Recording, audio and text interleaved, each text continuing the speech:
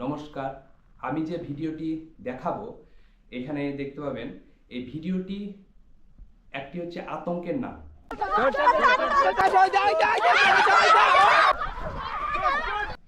যে আতঙ্ক আমাদের মুর্শিদাবাদ এবং বীরভূমের একটি আতঙ্কের বিষয় হয়ে দাঁড়িয়েছে বিগত কয়েকদিন থেকে।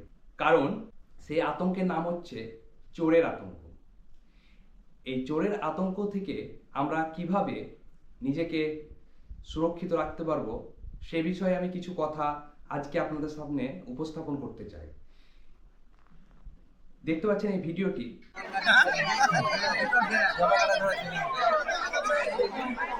যাই হোক, আমি যে বিষয়টি গতকালকে রাত্রে আইডেন্টিফাই করতে পেরেছি, কারণ আমাদের এলাকাতে এরকম কিছু ঘটনা গতকালকে রাত্রে ঘটেছিল, যেটা আমি প্রত্যক্ষদর্শী এবং নিজে সেই জায়গাতে উপস্থিত ছিলাম। শুধুমাত্র একটি গ্রাম নয়, একাধিক গ্রাম এই বিষয়ে ভেঙে পড়েছিল। কারণ এখানে একাধিক জন এই বিষয়টি দেখেছিল নিজের চোখে। কারণ যে বিষয়টি আমরা দেখেছিলাম সেটি সাধারণ বিষয় নয়, এবং যেটি যারা দেখেছিল এখানে সেটি হচ্ছে যে আমরা যে চোরের আতঙ্ক নিয়ে এখন রয়েছি, এবং চোর নিয়ে আমরা অনেকেই কি করব এবং কি করতে চাই সেটা কিছুই বুঝতে পারছি না, যে কিভাবে এই চোরের আতঙ্ক থেকে আমরা নিজেকে সচেতন রাখতে পারবো এবং সুরক্ষিত রাখতে পারবো। এই চোর কিন্তু সাধারণ চোর নয়, এটি অনেক অ্যাডভান্স টেকনোলজি নিয়ে তারা আজকে এভাবে মানুষকে উত্তেজিত এবং একটি ভয়ে রেখেছে। সেটি হচ্ছে যে এই চোর যদি সাধারণ হতো তাহলে এখন হয়তো আমাদের আশেপাশে ধরা পড়ে যেত। কারণ এটি আজ নয়, বিগত 2 মাস থেকে এটা কন্টিনিউ চলছে।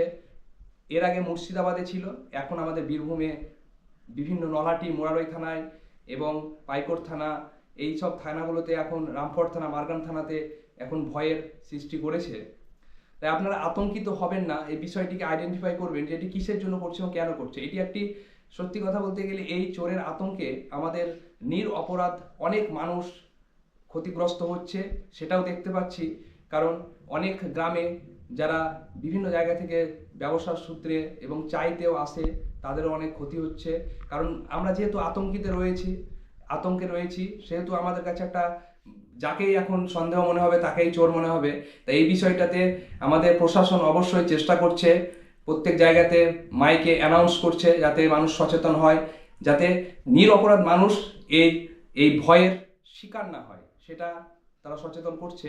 তাই আমি কালকে যে বিষয়টি আমি দেখেছি এবং আইডেন্টিফাই করতে পেরেছি, সেটাতে অনেক বড় টেকনোলজি কাজ করছে, যেখানে আমরা অসম্ভব এই টেকনোলজিকে আমরা যদি উদ্ঘাটন করতে চাই তাহলে আমাদেরকে কিচ্ছু নয়, আমাদের প্রত্যেক গ্রামের প্রত্যেক যুবক ছেলেদেরকে সচেতন হতে হবে এবং গ্রামটাকে পাহারা দিতে হবে। এটা একটা উদ্দেশ্য।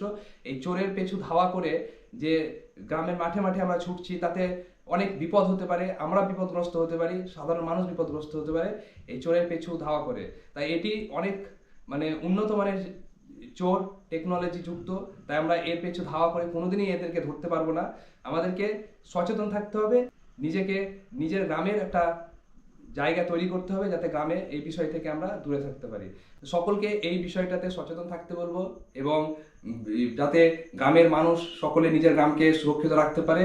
আমি এই বিষয়টা এই জন্য তুলে ধরলাম, কারণ আমরা হয়তো এই বিষয়টা আতঙ্কে কয়েকদিন থেকে সকলে প্রায় ঘুম হারিয়ে ফেলেছি, ঘুম নেই। তাই সকলকে এই বিষয়টি জানানোর জন্য আজকে আমি ভিডিওটি বানালাম, কারণ মনে হলো যে ভিডিওটি বানানো আমাদের কর্তব্য, এখন বর্তমান পরিস্থিতি যেভাবে চলছে। ধন্যবাদ। সকলে সুস্থ থাকবেন, ভালো থাকবেন এবং সচেতন থাকবেন, আর আতঙ্কিত হবেন না। এই চোর আতঙ্ক যাতে আমাদের এই এলাকা থেকে খুব তাড়াতাড়ি যায়, সেটাই কামনা করব সকলের কাছে। ধন্যবাদ।